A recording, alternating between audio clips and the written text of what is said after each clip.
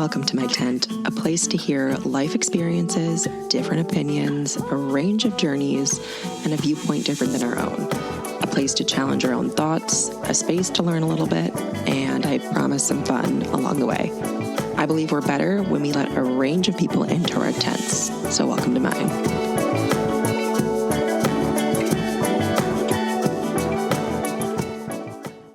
Hello, my tenties. That's what I'm trying out. Y'all are my tenties. Does that even work? I don't know. We'll wordplay on that for a while, but welcome back. We are on the Welcome to My Tent podcast for a solo episode today. I have been loving these solo episodes. They've been awesome. And I feel like when I record these, it's like the listener is inviting me into your tent. So I love that. And I am just so appreciative of anyone who is taking the time to listen.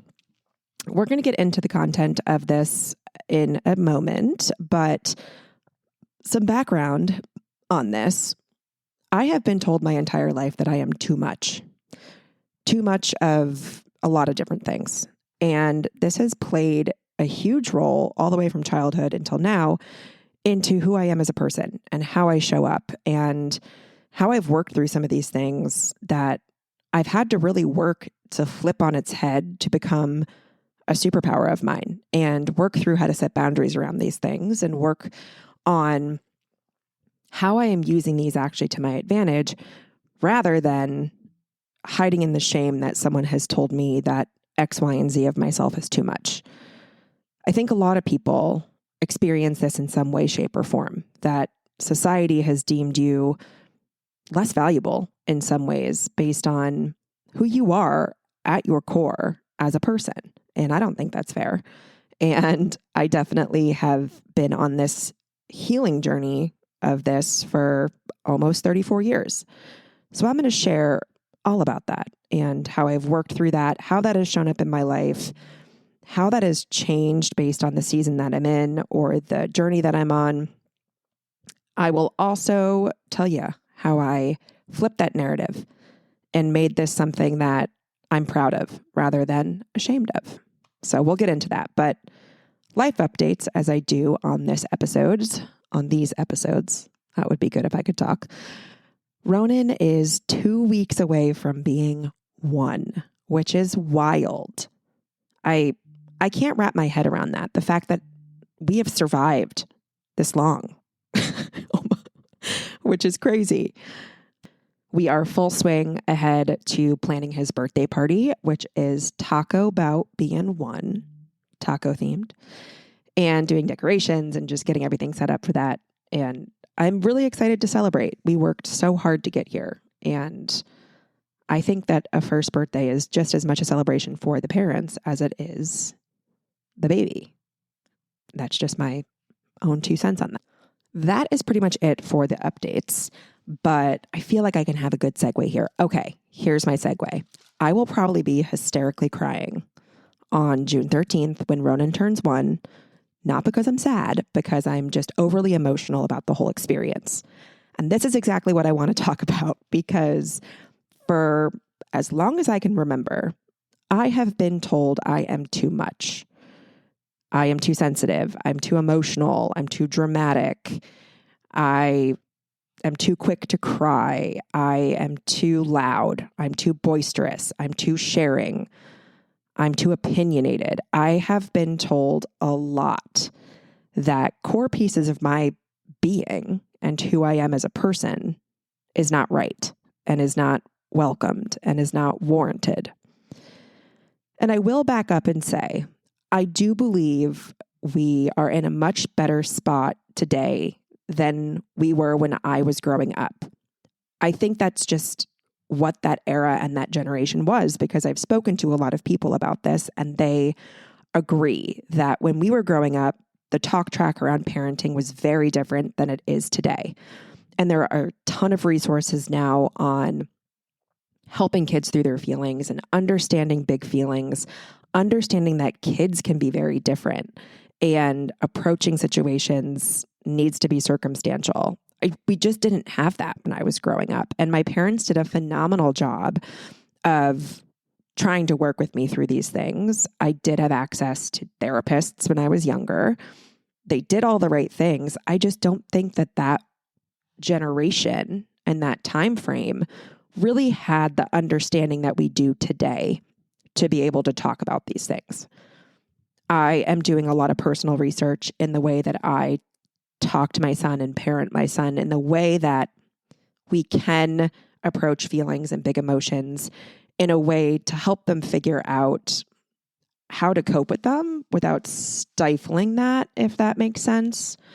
But yeah, I have been told many a times in childhood, it was very normal sibling stuff, but I was easy to upset at something that my brother did to me or something that was happening at school. I was quick to cry and quick to anger and quick to feel. And those feelings came out very forwardly. I have always been a person who feels publicly. And I know that that's not everyone's MO. I have plenty of friends and people that I know that are a lot more internal with their process. For me, I'm a very outward facing processor. I need to physically say it or physically feel it or cry or do something that outwardly someone can see that I'm experiencing something. And that, I think, a lot of times growing up and even in adulthood has been framed as that's too much. I do think part of this comes from other people's discomfort in dealing with other people's discomfort.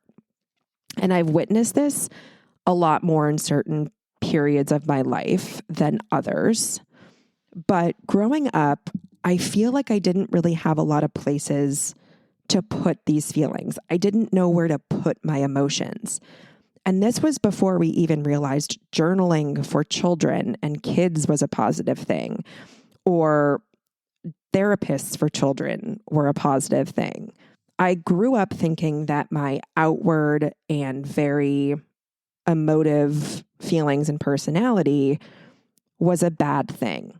I would feel bad about something and then feel bad again for feeling these emotions that I had been told were too much and were too over the top.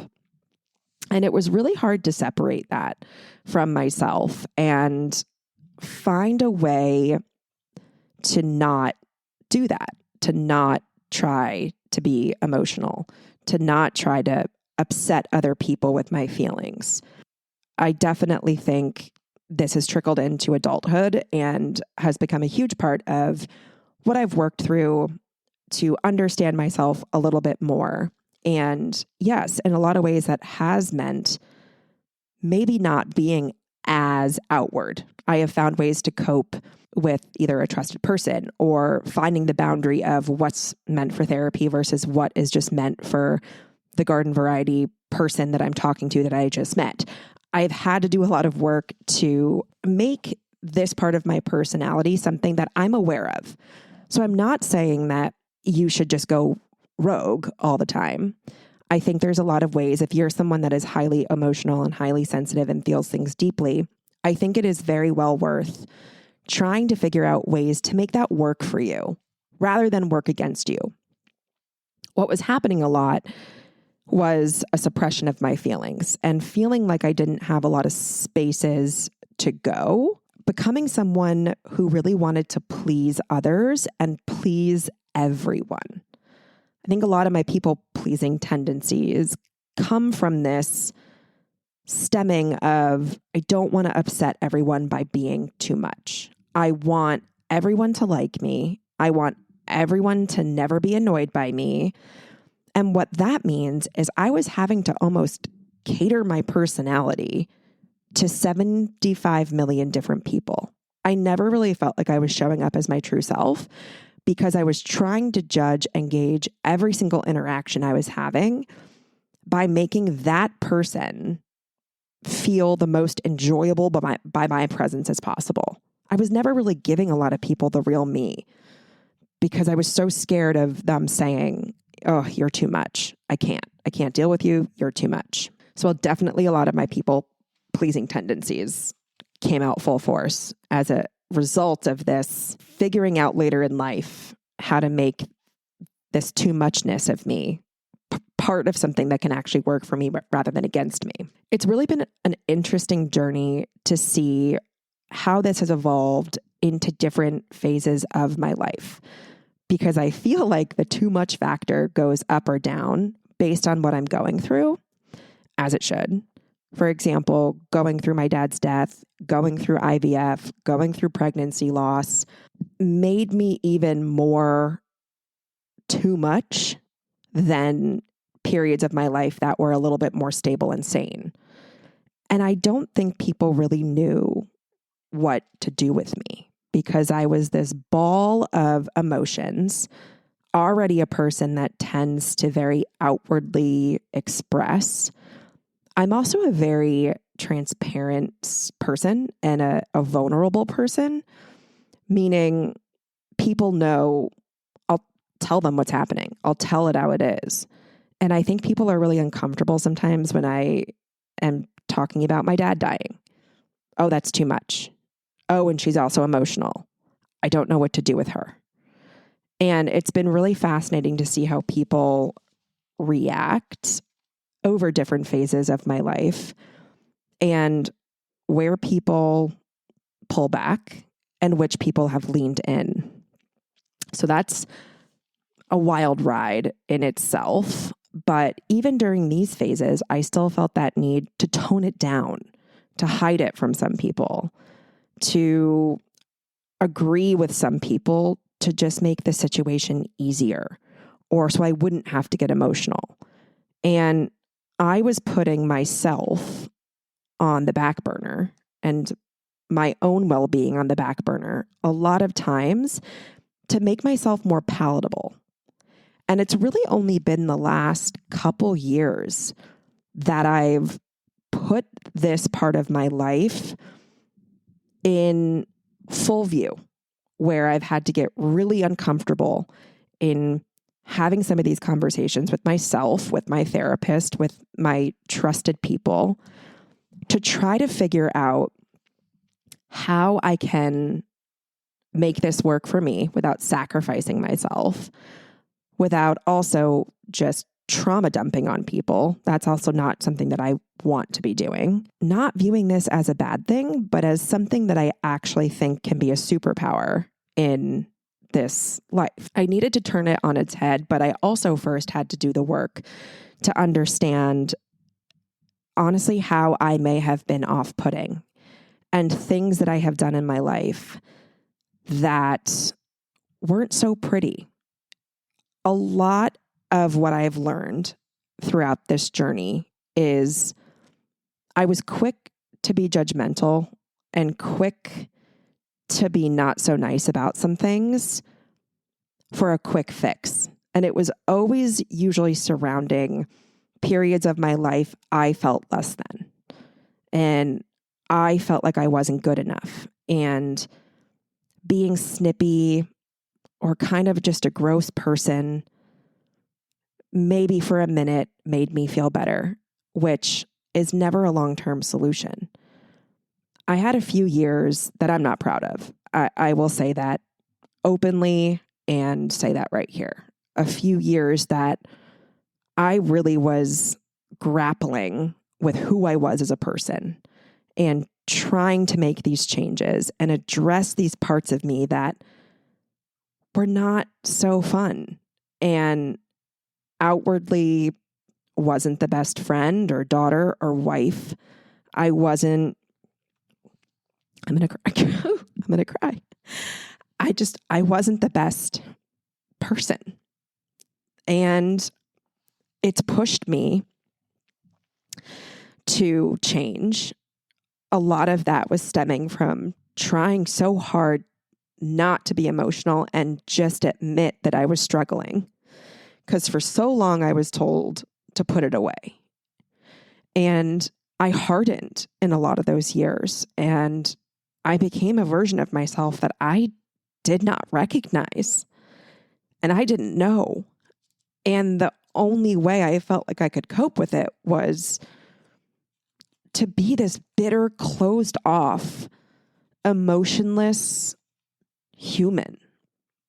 And it's taken me a long time to forgive myself for that. And I think that forgiveness piece has been a huge part of my healing journey with this, because I've made my mistakes and some of them are irreparable.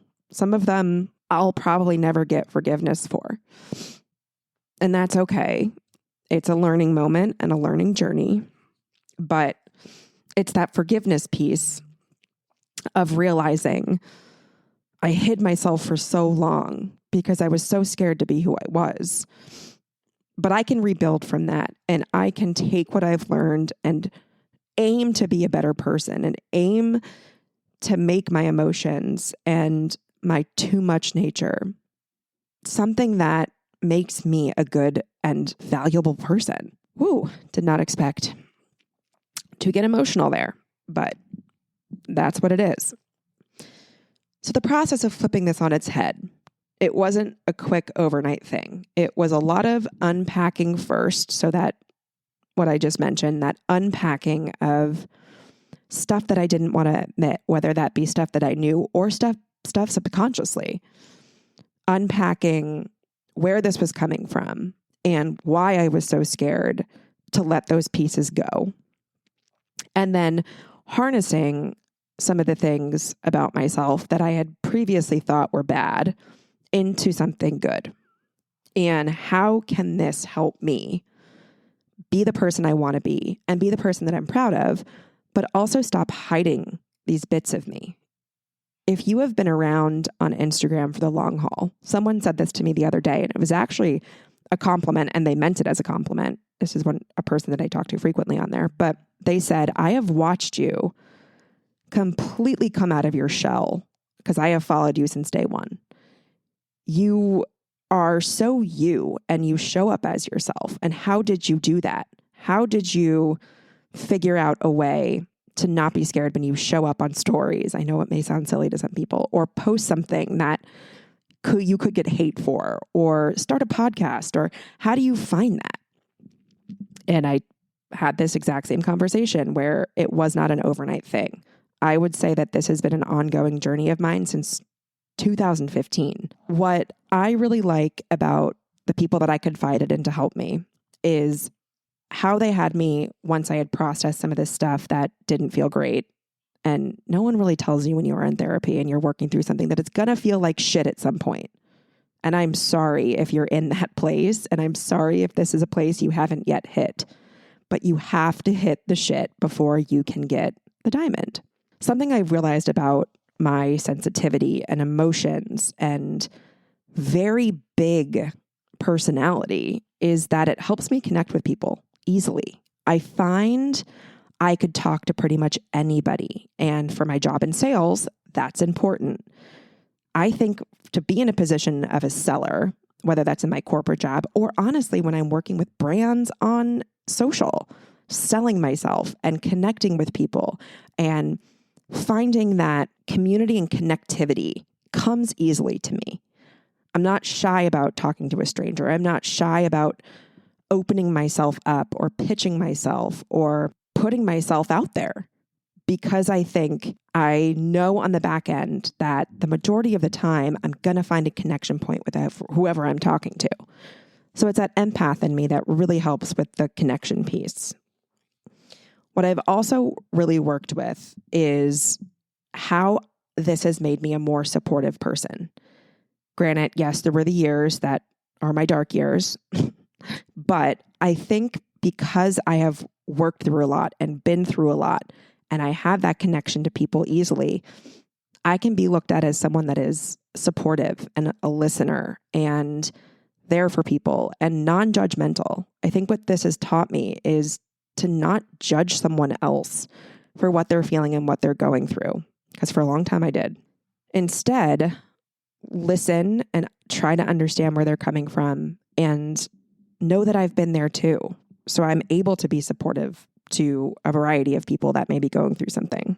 The power of being vulnerable is something that really has come out in the past couple years. I would say I have always been a pretty open book and transparent person, but I've really just unleashed the floodgates over the past couple years, mostly because it helps me feel less alone in a lot of ways. A lot of these things that I've gone through are not so pretty. Grief, death, parental death, things that I don't outwardly say because it's personal stuff and I want to, respect other people in this, but IVF, loss, pregnancy loss. And I had to push past a lot of those people that told me that I was oversharing, because what I got on the back end was people that said, I've been there. I get you. You're not alone.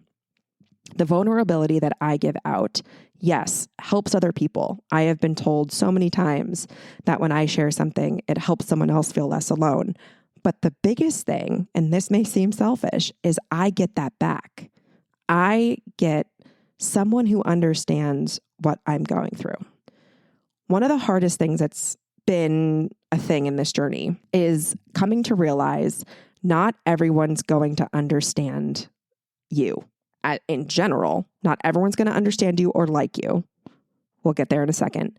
But not everyone's going to be able to be there for you in certain situations because they have not experienced it themselves. During some of those darker years, I held that against people. And I felt like they didn't like me or didn't want to help me. But what I've come to realize is not everyone knows how to show up or what to say, especially to someone who tends to get really emotional. What I have learned by creating this community and being vulnerable and open is that the least expected person might actually be the one that helps you the most.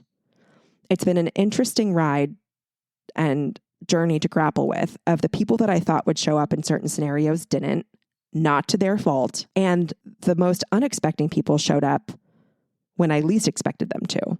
And leaning into that and saying, it's okay if this person that I have known for 20 years can't understand what I'm going through, but this person that I met on Instagram last week can. I can't expect everyone to be able to meet me where I'm at. And this has been part of the acceptance of this whole thing, is not faulting anyone for that.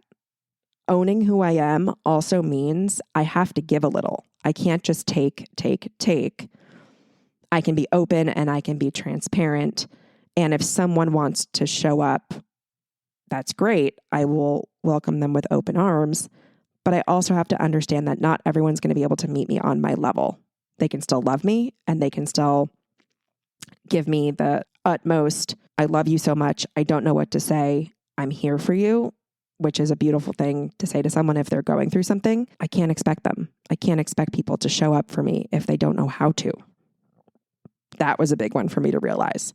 The second piece is with owning my personality and becoming a lot more who I am and not hiding pieces of myself and not people pleasing. People straight up don't like me. Still really struggle with that. But initially that was so uncomfortable. And I will say it's people that I thought would come along for the ride that didn't. That was a weird one. And then some people just straight up don't like me. People that I know in real life, people that I've met on the internet who like to troll. But I would rather show up as myself and not be liked by someone, but be fully embraced and loved by so many others in my life than people please 1,000 different people and hide parts of myself and be miserable and jaded and a gross person, to be quite honest. So I had to make that a give or take. I had to evaluate the pros and cons there because not everyone's going to like you. My therapist said this to me once, and this still sticks to me to this day. I was talking about the fact that I get really upset if someone doesn't like me. And she asked me straight up, do you like everyone? I said, no. She said, so why do you expect everyone to like you? That was a real eye-opener. And that's something that really helped me process this as I've gone through this journey of becoming more who I am. I have to know that there's going to be drop-off along the way. There's people that originally maybe liked me because I was suppressing and hiding and people-pleasing and saying things I knew wouldn't upset them. When I stopped doing that and became more myself, there's consequences. but you have to weigh the pros and cons of all of that.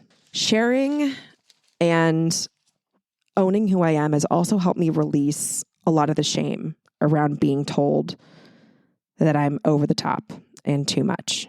Learning it's okay if you aren't for everyone. Find your people. Also, professional help rules. I have very trusted, confided sources in my life, but my husband's not a therapist. He can be there all day and all night, but he is not a therapist. So my biggest advice, honestly, if you really want to dig into the nitty gritty of this and get uncomfortable and do the work, I promise you it's worth it, even if it sucks. Professional help is incredible. And I credit a lot of this to my therapist and my psychiatrist and any of my very trusted, confided sources who have gotten panic texts from me at all hours of the night. I will also say what's really helped me come out of my shell and own myself is the fact that as we get older, there's just less time. I have a kid now. I have a job and I have this podcast and I have so much going on in my life. I don't have the time to segment my brain into 500 different places to please the world. I just don't. I have time to show up as myself. And even most days, I feel like I don't even have time to do that. It's really helped me grow as a person. And I'm glad I did the work before I've gotten here because I do feel like I can show up as myself and not spend so much brain power trying to sugarcoat and hide and make myself smaller. If people are going to be here, they're going to be here. If they're not, they're not. And I quite simply just don't have enough time to deal with it, it's almost been a forced showing up of myself, I will say. But it's what happens as life goes on. This was a lot and clearly an emotional topic for me, but something that I'm really proud of now and really had to put a lot of time into and thought into and work into. If you have ever been told you're too much of anything, I really encourage you to look at that, how it's affecting your life, how it's showing up in your life, and ways to really turn that into something that makes you who you are. We are all so unique and we are all beautiful, brilliant people. And it's so easy. I am case in point to let other people's words and society's expectations really get in the way of that. I still have my days that it's really hard for me to not want to revert back and just be small and be unseen and be quiet. But I have found my ways and my boundaries and my mechanisms that actually let this be something that I think is one of the best parts about me. I don't care if that sounds conceited. You're not too much. You're perfect as you are. And I promise you, if you work to become a version of yourself you're proud of, you can't go wrong. That's all. Love you.